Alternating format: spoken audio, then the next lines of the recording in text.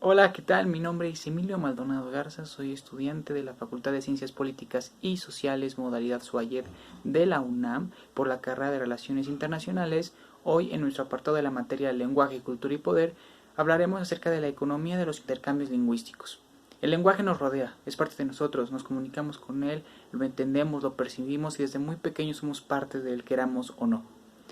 Por parte de ello vamos a analizar la teoría de Pierre Bourdieu acerca de su libro, precisamente La economía de los intercambios lingüísticos, en su libro ¿Qué significa hablar? Y para ello vamos a realizar serias preguntas detonantes que nos va a permitir desarrollar el tema. La primera es, de acuerdo con Pierre Bourdieu, ¿para qué se necesita una teoría social que aborde las formas autorizadas del lenguaje con el que se construye la realidad social? Bourdieu señala en su capítulo 1, la economía de los intercambios lingüísticos, y en su capítulo la producción y la reproducción de la lengua legítima, página de la 11 a la 16 y de la 17 a la 21, varias razones. En primer lugar, menciona que el lenguaje es una herramienta fundamental en la creación y mantenimiento de la realidad social, es decir, las palabras, las formas de hablar, las gramáticas y los modos de discurso utilizados por diferentes grupos sociales tienen una enorme influencia en cómo se perciben y comprenden los fenómenos sociales.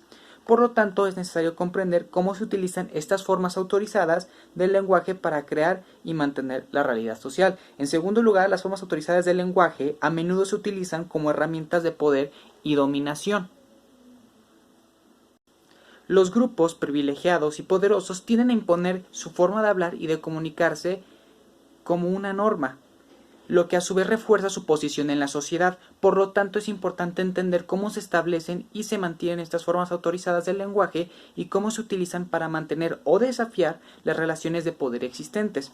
En tercer lugar, una teoría social que aborda las formas autorizadas del lenguaje puede ayudar a revelar las estructuras sociales ocultas que subyacen a la comunicación cotidiana, ya que al examinar cómo se utilizan las palabras y los diferentes contextos sociales, podemos entender mejor las jerarquías y las desigualdades que existen en nuestra sociedad. Nuestra segunda pregunta es ¿cómo se da el proceso de normalización del lenguaje?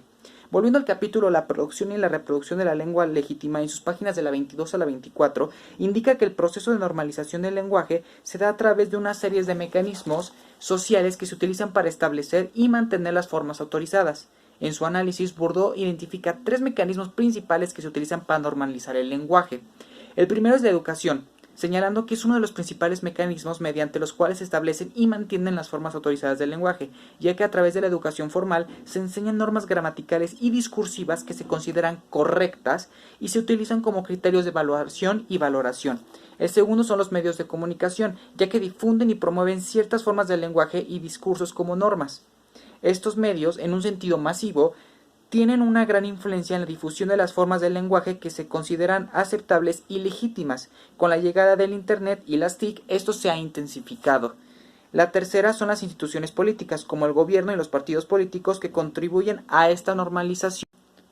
Al utilizar ciertas formas del lenguaje y discursos con sus prácticas y sus discursos públicos. Las formas del lenguaje que utilizan en el ámbito político a menudo se consideran formas de lenguaje legítimas y autorizadas. Y finalmente, ¿por qué es importante analizar el binomio del lenguaje y poder para entender las relaciones de autorización y dominación simbólicas cotidianas?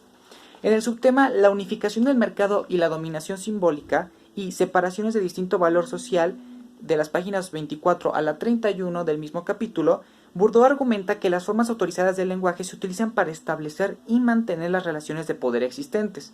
Las formas del lenguaje que se consideran correctas o legítimas son a menudo las formas del lenguaje que están asociados con los grupos dominantes en la sociedad. Estas formas del lenguaje a menudo se utilizan como herramientas de dominación y control y pueden ser utilizadas para excluir a ciertos grupos sociales de los procesos de toma de decisiones y de la vida pública. Además, Bourdieu sostiene que las prácticas lingüísticas cotidianas son un reflejo de las relaciones de poder existentes en la sociedad. Por ejemplo, ciertas formas del lenguaje pueden ser utilizadas para establecer y mantener las jerarquías sociales. Por lo tanto, analizar el binomio lenguaje y poder es fundamental para comprender cómo se construyen y mantienen las relaciones de poder en la sociedad y cómo las prácticas lingüísticas cotidianas reflejan y contribuyen a estas relaciones de poder. Como pudimos visualizar a lo largo de este video, el lenguaje nos rodea, pero los mecanismos del lenguaje no los notamos, ya que son imperceptibles al menos que se les dé un análisis a profundidad, que es lo que hace Bourdieu. Espero haya sido de su agrado su video. Soy Emilio Maldonado Garza y en la parte de abajo daré los comentarios finales, así como algunas fuentes de información que utilicé y una información personal. Adiós.